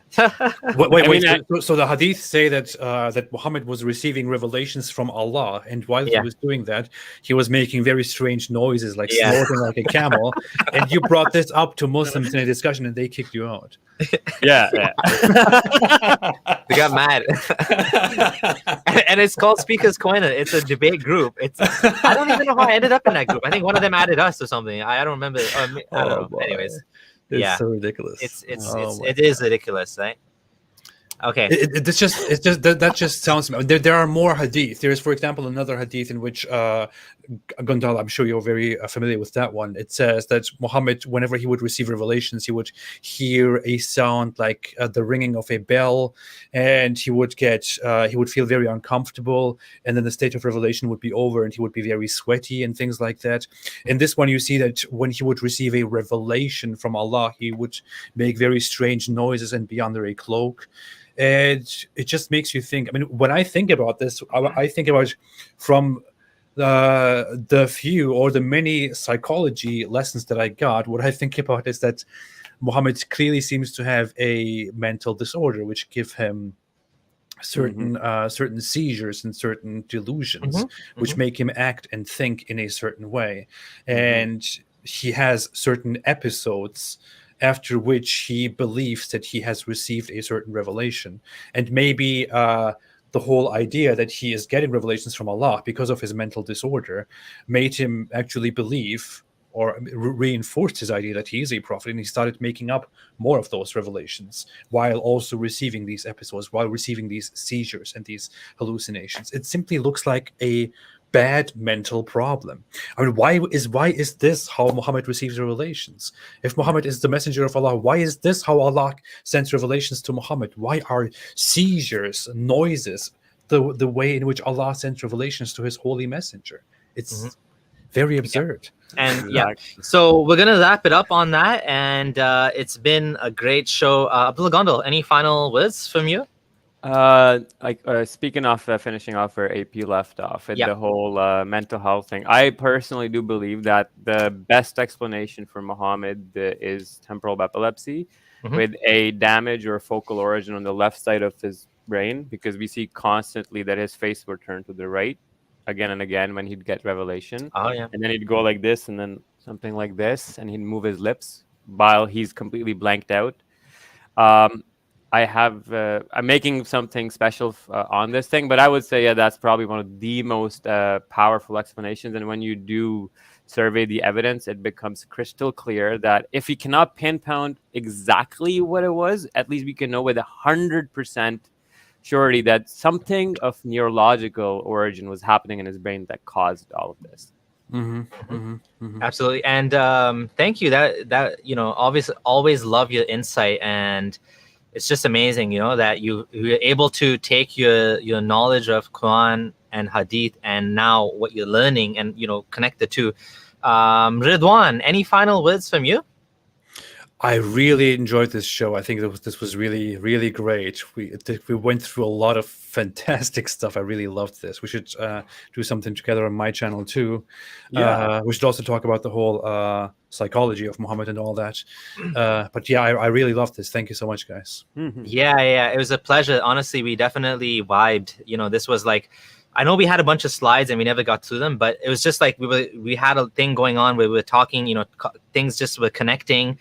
We have a lot of things in common that, to discuss, and a lot of overlap in, some of the things that we've been debating and discussing with Muslim apologists and stuff. So it was great. We definitely vibed. Yeah, let's do this again. Let's definitely do this again. And very specific topics we can come up with and talk about. I was thinking, if you want to do a presentation on like the mental health on AP's channel, we can also have somebody like Ali Rizvi, who is a pathologist, certified and practicing medical doctor. We can have him on the panel, and then I have a couple other neurologist friends. Maybe we can talk about in detail. It'd be cool. I would love that. I would love to really do that. Yeah, sure. I would say I know less about that, so maybe I wouldn't be a part of that one. But like, if we're going to do another one on the actual Quran and Hadith, specifically, not necessarily on the medical aspect, then I'll be happy to be part of that. Definitely. Yeah, definitely. for sure. I would be honored. It would be awesome. Well, you know what? I'll start making the slides into like a PowerPoint. We did this one last year on Samir's channel, but I'll make a newer one. And in this one, we'll go on your channel and we will refute Farid and his doctor buddy as well, because they also were involved in this back and forth with me. But yeah, it'll be fun. Awesome. I look forward to it. I'll be watching that one as well. And to everyone that's here, thank you for joining. Don't forget to subscribe to the channel, and to all of my moderators, Food and Religion, Beach Price, Andrew Mudden, and all of the supporters, Zara, and all the patrons as well. Thank you so much for continuing to support the channel and to help me to continue doing this work. Really appreciate it. Thank you to the All-Star team that we had today. This was a great show. Honestly, we can probably go on for 5 hours if you wanted to, but I think we've covered enough. This is enough for anyone to leave Islam. There's enough in, I'd say 10 minutes of the content, like honestly speaking. The accumulation of all of this, and surprisingly, nobody called in. Maybe not surprisingly, I don't know. I'm not sure. Like I said, I'm really happy when Muslims call in, and I'm a bit disappointed that no one called in today. I really, really love it when Muslims call in, and we're going to be respectful. We don't bite. We like having conversations, especially if you don't agree with what we're saying. I'd love to hear it. So in future call-in shows, the two Abdullahs, please do call in. We would appreciate your time. You don't have to be scared. Don't have to show your face even. Just be respectful, and we'll be respectful back. And like, deal with the content. And maybe this content is, we're not trying to be intimidating here. We're not going to make fun of you or anything like that. I mean, we're making fun here, but if you call in, we'll be respectful for sure, right? So do engage with us. I mean, we want that. We definitely want this sort of back and forth, and we want to make this a call-in show, not just us talking by ourselves, right? Like, we want it to be two-way street, not just a one-way street. So just keep that in mind. And thank you guys. And final word, AP. Stay away from Islam. Stay away from Islam. And Gondal, Science Akbar, what do you say? Science Hafiz? Science Hafiz. Science Hafiz. Okay, everyone. Thanks, Take care. everybody. Bye.